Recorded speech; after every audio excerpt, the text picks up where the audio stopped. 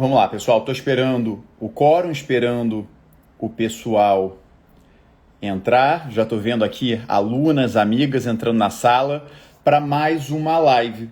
Na semana passada falamos sobre direito à saúde. A live ficou salva, inclusive está no meu canal no YouTube. Prometi aos senhores que hoje falaríamos sobre CPI, as comissões parlamentares de inquérito. Está nos noticiários todos os dias. Há quase 2 anos, o tema está despencando em concursos públicos. Por isso, um tema importantíssimo para a gente trabalhar hoje com razoável profundidade. Muitos manuais abordam o tema de forma muito superficial. Vamos trazer aqui com a profundidade suficiente para as mais diversas carreiras e para as diversas etapas dos certames, claro, com a objetividade necessária, porque o tempo é curto e a matéria é infinita. Pessoal, inclusive os slides já estão no Telegram. Para quem quiser acompanhar, eu falo rápido e vou continuar falando rápido. Os slides já estão bem completinhos no Telegram. Isso vale também, claro, para quem vai nos assistir pelo YouTube, porque eu vou deixar a live salva e vai ficar disponível no meu canal no Telegram. Vou esperar mais um minutinho e aí, pessoal, a gente começa. Então deixa eu aproveitar que o pessoal está entrando para fazer um merchan. O meu curso de Direito Constitucional está disponível no SEI Acadêmico, um curso muito legal, com aproximadamente 25, 30 horas, acompanhado de material escrito, que atende às diversas carreiras jurídicas, Ministério Público, Defensoria Pública, Magistratura. E assim como essa live, ele busca a profundidade suficiente para todas as etapas dos certames. Portanto, é sim um curso de construção de bases sólidas.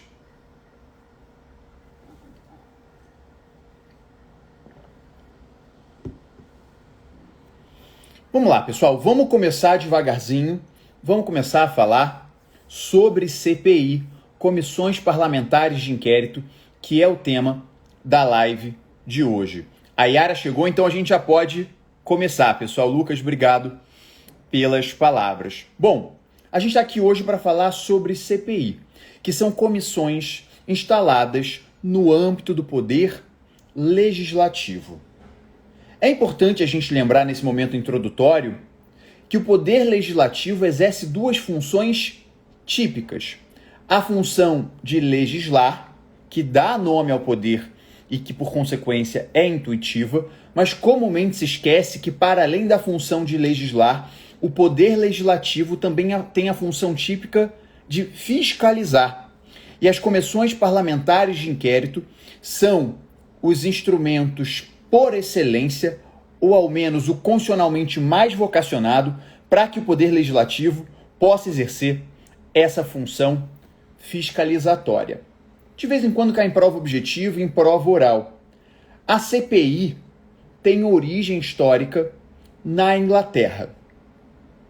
No Brasil, a primeira Constituição a fazer menção às comissões parlamentares de inquérito foi a Constituição de 1934.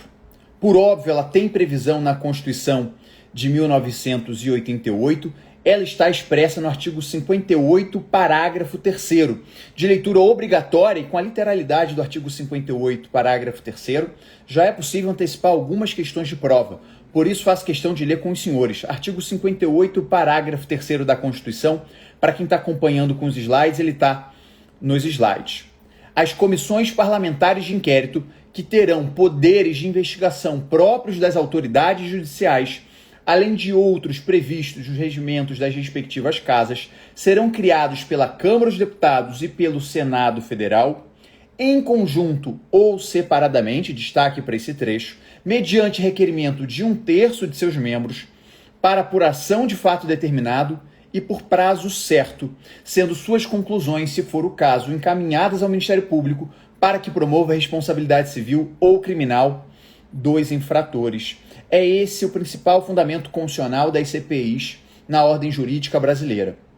Temos também uma lei, uma regulamentação legal, que é a Lei 1579 de 52, uma lei antiga, mas que foi profundamente alterada em 2016, curtinha. Então, vale a pena a leitura, pelo menos uma vez na vida, de vez em quando a literalidade dela é exigida. Um dos temas mais exigidos em concursos públicos são os requisitos para a criação e instalação de CPI. Exigido porque gerou polêmica em 2021 no âmbito da CPI da pandemia, exigido porque também está gerando polêmica no âmbito da CPI do MEC. Eles estão expressos na Constituição Federal e são 3. Já vou adiantar, depois a gente destrincha cada um deles. Primeiro requisito, requerimento de 1/3 dos membros da Casa Legislativa. Segundo requisito, para apuração de fato determinado. Terceiro requisito, por prazo certo de duração. Vamos por partes falar do primeiro requisito, que é o requerimento de 1/3 dos membros da respectiva Casa Legislativa. Os senhores podem perceber que essa fração é reduzida. Estamos muito distantes de uma maioria. A Constituição se satisfaz com o requerimento de 1/3 dos membros da Casa Legislativa. Isso porque não há a menor dúvida pacífico na doutrina e na jurisprudência do Supremo Tribunal Federal que a CPI é uma garantia das minorias parlamentares. Preenchidos todos os requisitos constitucionais para sua criação e instalação, não há qualquer discricionariedade, não há qualquer juízo de conveniência ou oportunidade por parte do presidente daquela Casa Legislativa ou mesmo de seu plenário. Bom, vivemos em um presidencialismo de coalizão e é pressuposto para um mínimo de governabilidade que o presidente da República no Brasil tenha maioria no parlamento. Quando o presidente da República perde a maioria, ele é empichado, como foi com a presidenta Dilma, que sofreu um impeachment pelo conjunto da obra. Em verdade, ela não tinha mais maioria no parlamento. Em regra, parlamentares governistas são mais dóceis. Por isso, incumbe politicamente justamente à oposição, que tende a ser minoria no parlamento, essa função democrática republicana tão importante, que é a função de fiscalizar, sobretudo, o poder executivo. Por isso há quem fale que a CPI é uma garantia das minorias parlamentares e um direito público subjetivo da oposição. O que aconteceu na CPI da pandemia?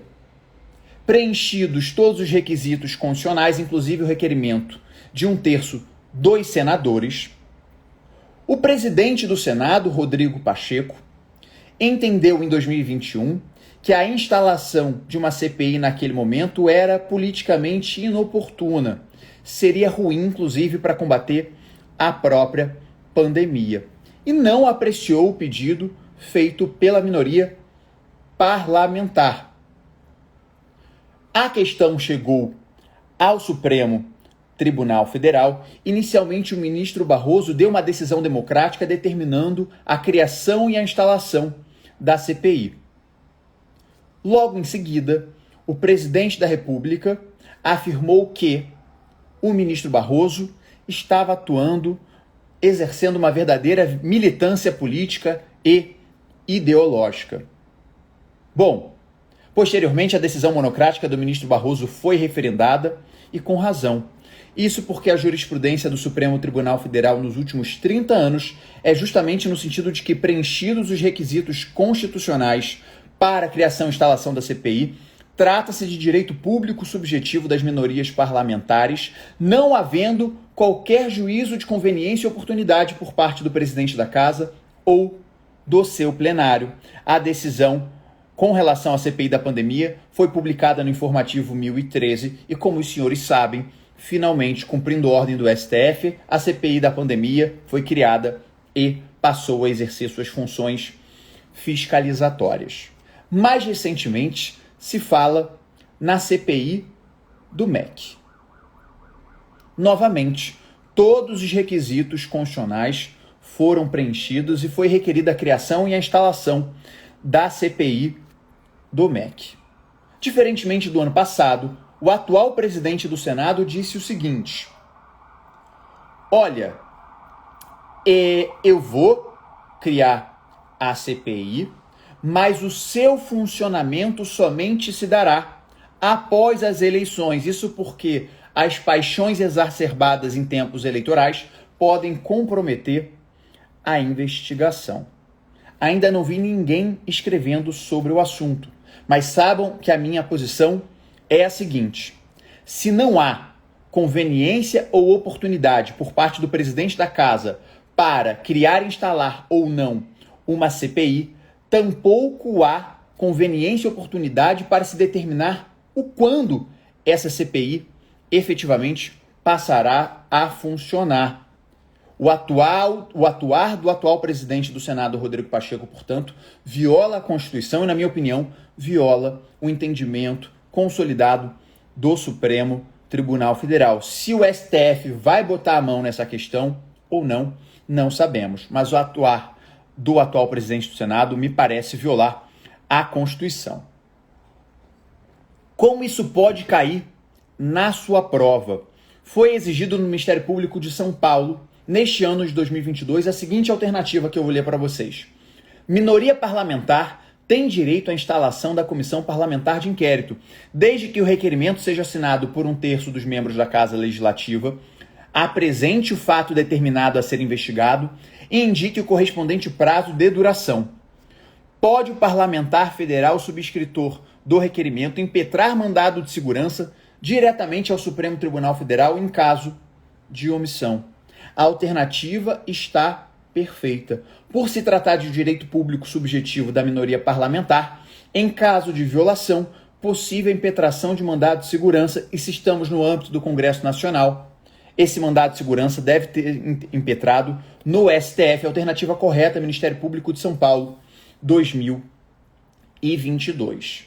Em complemento, as normas de âmbito nacional da Constituição e da lei que tratam de CPI são normas de observância obrigatória pelos demais entes políticos. Então, numa Assembleia Legislativa, também o requerimento deve ser feito por 1/3 dos membros da Casa, não podendo a Constituição Estadual dispor de forma diversa.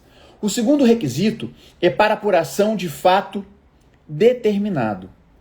Toda e qualquer persecução, ainda que no âmbito do parlamento, tem que ser minimamente delimitada, como não poderia deixar de ser. Uma CPI não pode investigar a corrupção no Brasil ou a violência contra crianças e adolescentes.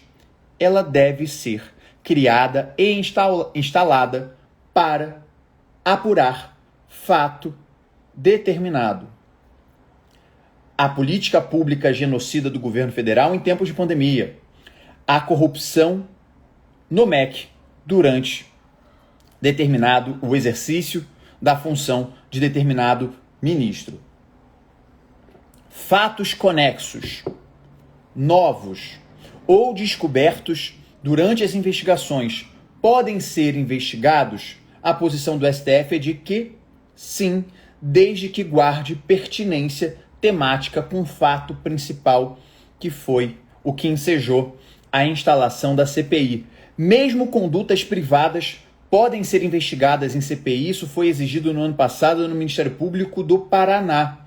Na própria CPI da pandemia, vimos comportamentos de um plano de saúde, Prevent Senior, sendo investigado. Portanto, condutas privadas também podem ser investigadas no âmbito da CPI, desde que evidenciado o interesse público, ao menos em potencial. Então, segundo requisito para apuração de fato determinado. Terceiro requisito, a CPI deve ser instalada para funcionar por prazo certo de duração. Temos aqui a característica da temporariedade. A CPI é uma comissão parlamentar temporária. A Constituição não diz quanto tempo a CPI pode durar. A Lei 1579, que eu mencionei no começo da live, no seu artigo 5º, parágrafo 2º, traz algumas balizas no âmbito legal. Dispõe o seguinte: a incumbência da CPI termina com a sessão legislativa em que tiver sido outorgada. Sessão legislativa, numa síntese, é o ano legislativo. Então, portanto, 2021, 2022. Se a CPI começou em 2022, em tese ela tem que terminar em 2022, salvo por deliberação da respectiva Câmara. Então a própria lei permite a prorrogação da CPI, inclusive avançando na sessão legislativa seguinte. Continua a lei. Desde que dentro da legislatura em curso. Temos aqui o que o próprio Supremo Tribunal Federal chama de um limite intransponível. A CPI tem que ter um prazo certo de duração. Esse prazo pode ser prorrogado, eventualmente avançar de um ano para outro, desde que não rompa com legislaturas, que é aquele período de 4 anos, correspondente a um mandato, por exemplo, de um deputado. Lembrando que o mandato de senador é composto por 2 legislaturas. E olha o problema do que eu estava mencionando com relação à CPI do MEC. O atual presidente do Senado, Rodrigo Pacheco, que não é o meu Big Boss, não é o defensor público-geral do Estado do Rio de Janeiro, afirma que vai instalar a CPI do MEC depois das eleições. Estamos no finalzinho de uma legislatura. Sequer haverá tempo hábil para que a CPI possa investigar efetivamente os fatos. Bom, mas a lei também não diz quanto tempo deve durar uma CPI em regra. No regimento interno da Câmara dos Deputados há um prazo. A CPI deve ser instalada para funcionar por até 120 dias, prorrogáveis. É verdade, não encontrei nada no regimento interno do Senado Federal. Um dos temas mais exigidos em provas são os requisitos para criação e instalação da CPI. Mas também despenca em concursos públicos os poderes da CPI e os limites a esses poderes. E é o que passamos a falar a partir de agora. A Constituição diz que a CPI tem poderes de investigação próprios das autoridades judiciais, de um magistrado. Cuidado, CPI não é órgão jurisdicional. Os poderes de autoridade judicial são os poderes inerentes à instrução, à produção de provas e não efetivamente à jurisdição.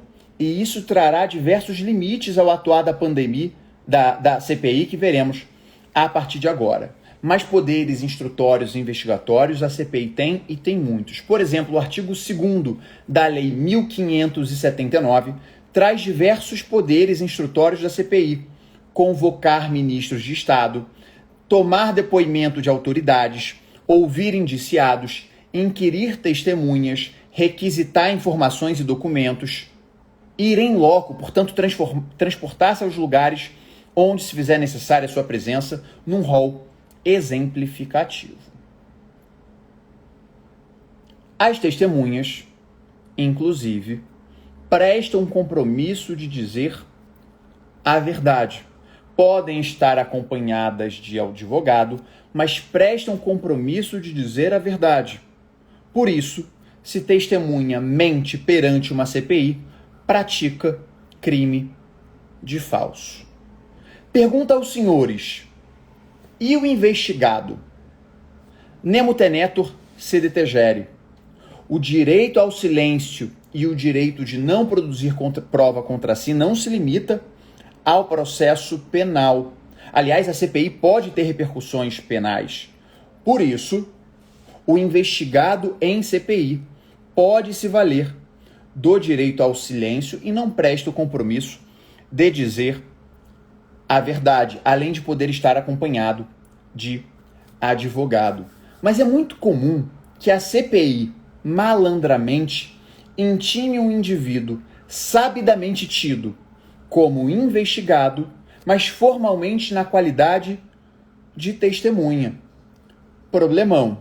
Bom, se eu fosse advogado desse cara, eu impetraria habeas corpus no âmbito do Supremo Tribunal Federal para que esse indivíduo seja intimado formalmente na qualidade de investigado, de tal forma que ele possa se valer das prerrogativas inerentes, tais quais o direito ao silêncio. Isso acontece de vez em quando. O problema é o capital político. Ninguém quer ser taxado como investigado de uma CPI. Bom, CPI pode determinar a condução coercitiva. Isso foi exigido no ano passado na prova do Ministério Público do Distrito Federal. Quanto às testemunhas, há previsão expressa. Se aplica, por exemplo, o artigo 218 do CPP. A CPI intima uma testemunha. Caso ela não compareça de forma injustificada, a CPI pode requerer ao juiz do local onde resida a testemunha para que seja determinada a sua condução coercitiva sob vara. E os investigados? No âmbito do processo penal, o Supremo Tribunal Federal, em sede de ADPF, decidiu que investigado, alvo da persecução penal, não pode ser conduzido coercitivamente para prestar depoimento. Se o indivíduo pode se calar diante de um delegado, de um promotor, de um juiz, de um tribunal, de uma CPI, não faria sentido que ele fosse conduzido coercitivamente para não precisar falar. Essa condução coercitiva comumente tinha viés político ou a intenção de constranger apenas o imputado. No âmbito processual penal, portanto, investigado não pode ser conduzido coercitivamente para prestar depoimento. Quanto à CPI, pasmem, há divergência no âmbito do Supremo Tribunal Federal. No informativo 942, foi publicada uma decisão em que o STF entendeu que a segunda turma não havia que o investigado não poderia ser conduzido coercitivamente para a CPI. Mas o tema é controvertido entre os ministros do STF. Durante a CPI da pandemia, vemos algumas decisões monocráticas permitindo a condução coercitiva de investigado, o que, convenhamos, é um absurdo. Se o investigado pode ficar em silêncio, ele não pode ser obrigado a estar diante dos seus investigadores.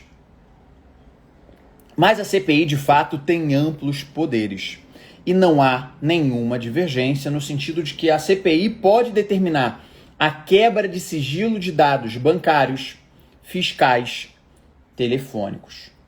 Temos aqui uma forte intervenção sobre diversos direitos fundamentais do alvo da persecução. Direito à privacidade, direito à intimidade. A CPI, de fato, tem alguns poderes inerentes à autoridade judicial. Se tem poderes, deve ter também os mesmos deveres e responsabilidades. Por isso, é pacífico no âmbito do STF, e isso foi exigido no ano passado na prova do Ministério Público do Paraná, de que a decisão da CPI, que determina a quebra do sigilo de dados bancários, fiscais, telefônicos, deve ser fundamentada, à luz do caso concreto, com fundamentos atuais e com proporcionalidade. E mais, essa decisão não pode ser oriunda do presidente da CPI ou do seu relator. Também é tranquilo no STF de que apenas o colegiado, a comissão, pode proferir decisões que restringem com essa intensidade direitos fundamentais. Temos aqui o princípio da colegialidade. Mas há alguns direitos que são especialmente protegidos pela Constituição. A própria Constituição determinou que, com relação a determinados direitos, somente por meio de decisão de autoridade judicial, efetivamente de magistrado exercente de jurisdição, é que aquele direito fundamental pode ser de alguma forma restringido. Estou falando das cláusulas de reserva de jurisdição. Tinha uma questão inteira do Ministério Público aqui do Rio de Janeiro, Banco FGV, em 2022, que basicamente exigia o conhecimento de quais direitos fundamentais podem ser restringidos por CPI e quais são integrantes, ou melhor, devem ser protegidos pelo manto da cláusula de reserva de jurisdição.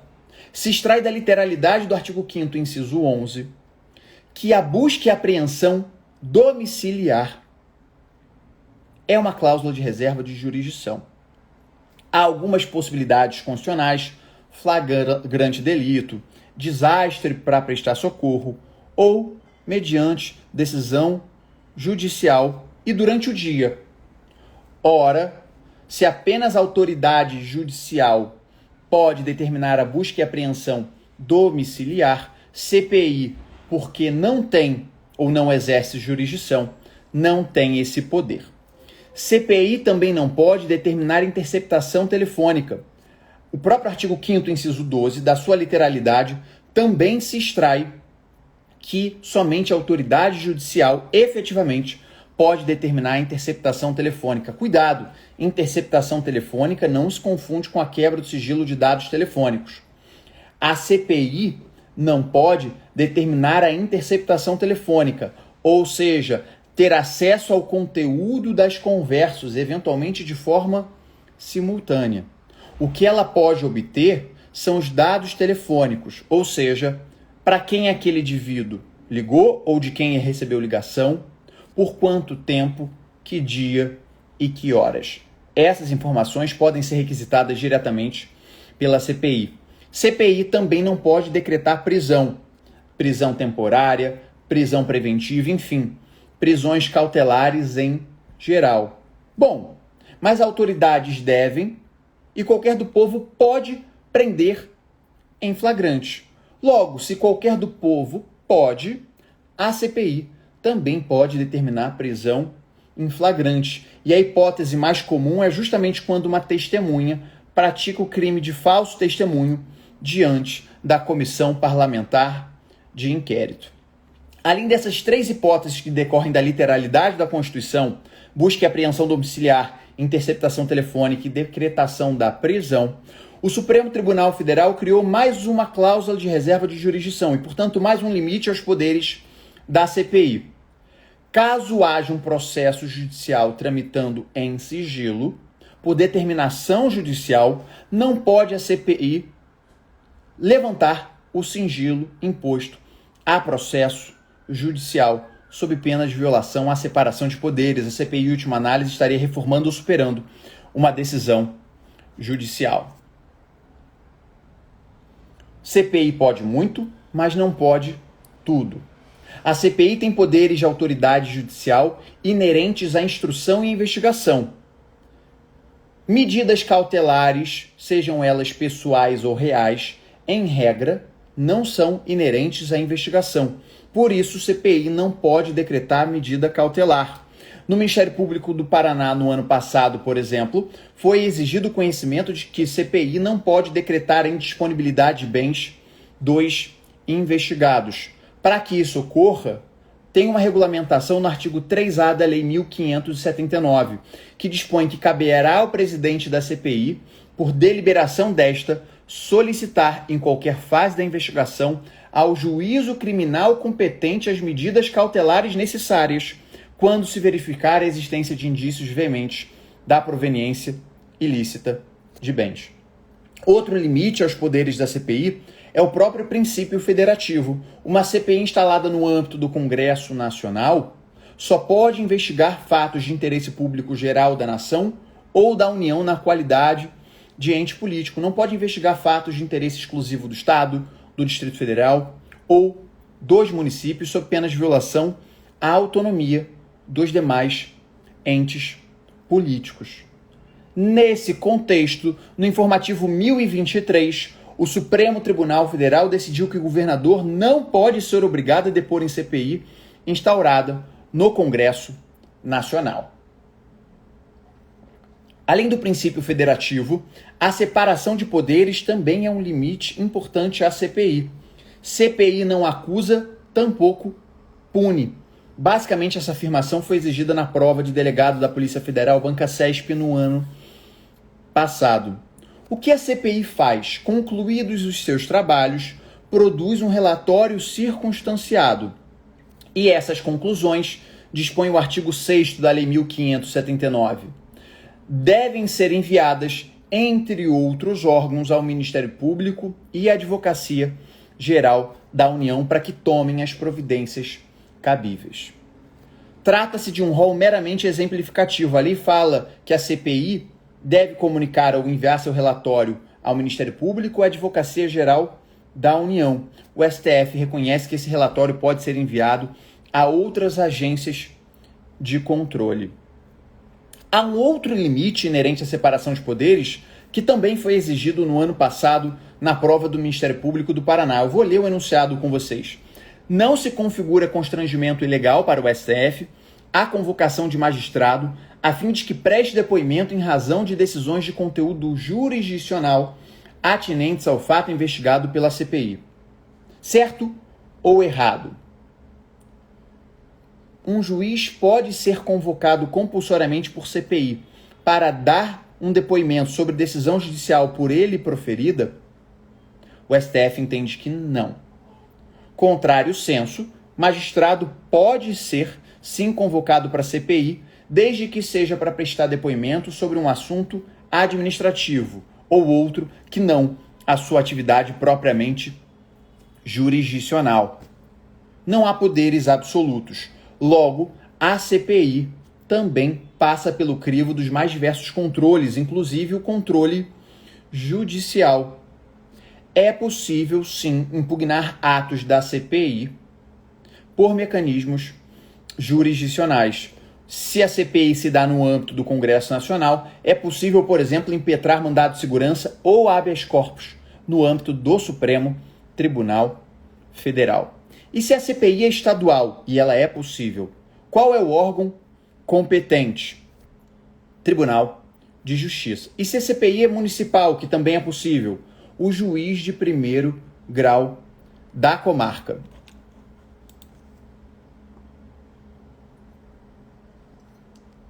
Por sinal, acabei de afirmar que é possível CPI no âmbito dos estados, do Distrito Federal e dos municípios. As normas e âmbito nacional regentes da CPI são normas de observância obrigatória pelos demais entes políticos. Então, a princípio, tudo que eu falei até aqui vale para a CPI no âmbito do Estado, do Distrito Federal e do município. Sobretudo com relação ao Estado e ao município.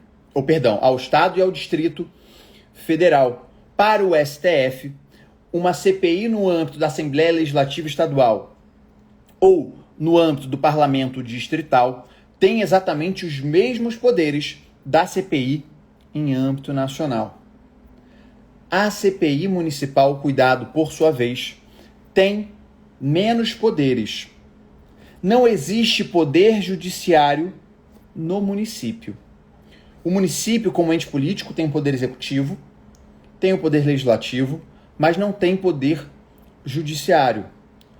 Em decorrência disso, para que o município não exerça mais competências ou atribuições que aquelas previstas na Constituição, e considerando que a CPI, em tese, tem poderes inerentes à autoridade judicial que não há no município, entende a doutrina e o próprio STF que as CPIs municipais têm menos poderes que as demais. Em especial, não pode a CPI municipal determinar a quebra de sigilo de dados telefônicos, fiscais e bancários. Com isso, pessoal, encerramos essa live sobre CPI. Os slides já estão no meu canal do Telegram. Eu vou salvar essa live e vou disponibilizar no meu canal no YouTube. Então, quem chegou pela metade vai poder assistir com tranquilidade. E com o que a gente enfrentou aqui, eu tenho absoluta certeza que os senhores vão ter bagagem jurídica suficiente para provas de todas as carreiras e todas as etapas dos certames. Prova objetiva, discursiva e oral. Para concurso, não precisa ir além disso, 30 minutinhos de CPI. Aliás, só para a gente fechar, eu vi isso caindo no Ministério Público de São Paulo e está sendo debatido por conta da CPI do MEC. Quantas CPIs simultâneas podem ser instaladas numa casa legislativa? Constituição não diz nada, a lei não diz nada, mas o regimento interno pode dispor de alguma forma. E o regimento interno da Câmara diz que, a princípio, podem ser instaladas no máximo 5 CPIs simultaneamente. O regimento interno do Senado nada diz, não existindo, portanto, esta restrição no âmbito do Senado Federal. Deixa eu dar uma olhadinha aqui nas conversas, porque eu não consigo acompanhar. Eu fico aqui fissurado para ver se tem alguma dúvida.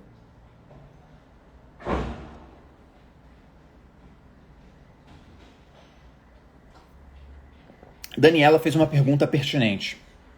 Bom, CPI não pune, não julga, não acusa. Se a CPI remete os seus relatórios para os órgãos de fiscalização e eles nada fazem, o Ministério Público nada faz, E aí, o que é possível fazer? Difícil, né? Difícil. Imaginemos que a CPI apura crimes praticados pelo presidente da República. Quem denuncia? O presidente da República. O PGR, com exclusividade. E se ele nada faz, há como obrigá-lo? A depender do crime, nós temos ação penal privada subsidiária da pública. Mas a maior parte dos tipos penais imputados ao presidente na CPI da pandemia são crimes, bom, não me lembro muito bem, mas se eu não me engano, eles são classificados como crimes vagos. Eles não têm uma vítima em específica. A vítima é a coletividade de forma difusa. Não há vítima. Se não há vítima, é difícil pensar numa ação privada subsidiária da pública. Temos um problema e, por isso, a importância e a potência da Procuradoria-Geral da República, que vem sendo apequenada nos últimos anos.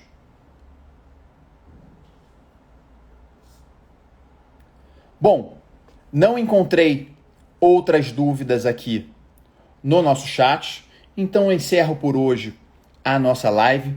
Bom descanso para quem vai descansar. O descanso faz parte do treino, mas também um ótimo estudo para quem vai sair da live e vai continuar estudando sem glamorizar. Mas o sobreesforço, eventualmente, é inevitável e tem muito edital pipocando por aí. Pessoal, um grande abraço e me coloco à disposição para dúvidas no direct.